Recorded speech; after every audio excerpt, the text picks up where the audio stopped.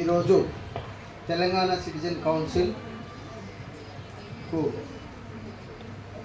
Swami Vivekananda birthday సందర్భంగా ఏర్పాటు చేసిన ఈ వేదికకు ఈరోజు today chief guest professor doctor Kumar గారు, అదేవిధంగా ఈరోజు ఈ ఆర్గనైజేషన్ని ఎస్టాబ్లిష్ చేసి రాబోయే కాలంలో యూత్ అందరినీ కూడా ఒక ఇన్స్పైర్ చేయాలనే ఆలోచనతో ఈరోజు ఈ సంస్థ యొక్క మెయిన్ పర్సన్ మన రాజన్ గారు నిజంగా ఐఎమ్ అబ్జర్వింగ్ ఒక 1 month 2 months చేస్తున్న ఇంతమంది క్రోడీకరించడానికి, ఇంతమంది గెస్ట్లు పిలవడానికి అతను ఎన్నిసార్లు ఫాలోఅప్ చేసి ఒక యూత్ని నా లైఫ్లో ఉన్న ఆశయాన్ని ఈరోజు 100 మందికి నిలబెట్టాలనే ఆలోచనతో తీసుకొచ్చి నేను మన నారాయణ గారు, డాక్టర్ ముదిరాజు గారికి, అదేవిధంగా ఈరోజు వచ్చిన గెస్ట్ అందరికీ, అదేవిధంగా ఈరోజు అవార్డు తీసుకున్న గొప్పవాళ్ళు, ఈరోజు మనకు తెలుసు అవార్డు తీసుకున్న గొప్పవాళ్ళు ఎన్నో కష్టాలు పడి తనకు తాను సమర్పించుకొని ఏదో రకంగా 10 మందిలో ఒక గొప్ప విధంగా ఉండేటట్టు ఇచ్చిన ఈ అవార్డు అందరూ కూడా కంగ్రాచులేషన్ తెలియజేస్తూ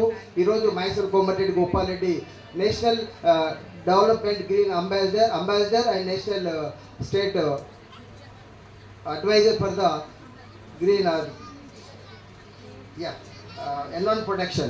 So what is my request all the people, see children, ఈ రోజు మనకు తెలుసు ఈ రోజు భారతదేశం మొత్తంలో మినిమం ఈ రోజు యూత్ 12th grade వరకు ఒక 3 days బ్యాక్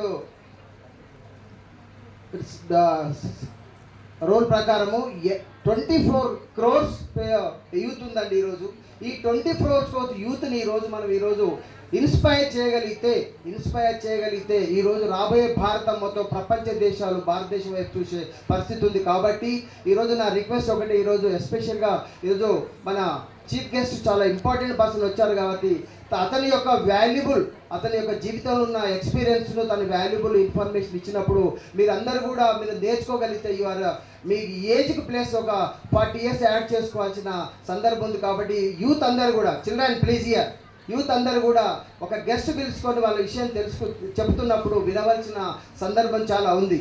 ఇటువంటి యూత్ని రాబోయే కాలంలో ఎంతో ఇంపార్టెంట్.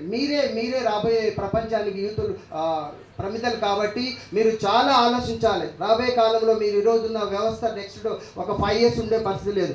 మాకంటే మీరు ఒక 10 to 15 ఇంటలెక్చువల్ పిల్లలు ఉన్నారు. రాబోయే కాలంలో ఎన్ని మార్పులు వస్తున్నాయో మీరు అర్థం చేసుకోవాలి.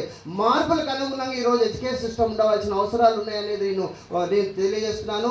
ఒక ఆర్గనైజేషన్, నేను 35 years నుంచి ఆర్గనైజేషన్ నడిపిస్తూ లోటస్ లా పబ్లిక్ విద్యా సంస్థల నుంచి నేను ఒక్కటే కోరుకుంటున్నాను, ఈరోజు స్కిల్ బేస్డ్ ఎన్ఈపీ 2020 ప్రకారం స్కిల్ బేస్డ్ ఎడ్యుకేషన్ ఈరోజు భారతదేశం ఇస్తున్నప్పుడు మీరు ఈరోజు అది కాకుండా ఈరోజు కార్పొరేట్ శక్తులు వచ్చి ఈరోజు కంప్లీట్గా మన పిల్లల్ని నిర్వీర్యం చేసి పిల్లలు ఎక్కడ కూడా తన స్కిల్ డెవలప్ చేసుకొని తనకు తాను బతుకుతూ ఒక ఎంటర్‌ప్రెన్యూర్‌షిప్ తీసుకునే విధంగా తయారు చేసే వ్యవస్థలు ఈ మధ్యలో తగ్గుతుంది. కాబట్టి ఇది చాలా డేంజరస్ సిచ్యువేషను.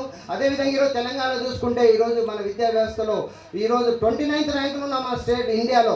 అటువంటి 29th ర్యాంకులో ఒక గవర్నమెంట్ ఆఫ్ ఇండియా ఈరోజు డిక్లేర్ చేసింది. ఈరోజు కొన్ని PISA టెస్టులు డిక్లేర్ చేశాయి. PISA టెస్ట్లో 62వ ర్యాంకు లాస్ట్ నుంచి. అదేవిధంగా స్టేట్లో 29th ర్యాంకులు ఉన్నాం. ఎక్కడ రీడింగ్ రైటింగ్లో. అది కాకుండా ఈరోజు మనం డెవలప్ చేసుకోగలిగి రేపు నాడు మన ఫ్యూచర్ డెవలప్ చేయాలంటే స్కిల్ బేస్డ్ ఎడ్యుకేషన్ ఉండాలి. పిల్లల యూత్ని చాలా ఇంపార్టెంట్ ట్రీట్ చేయాలి.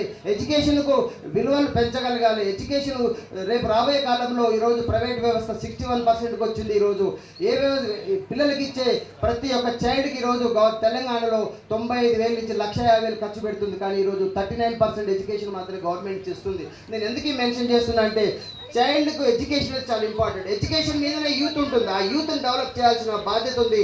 బాధ్యతాయుతమైన పౌరులు తయారు చేసిన బాధ్యత ఉంది. వాళ్ళు రేపు నేషన్ కానీ తన ఫ్యామిలీ కానీ ఒక రెస్పాన్సిబిలిటీ తయారు చేయాల్సిన బాధ్యత సొసైటీకి ఉంది. కాబట్టి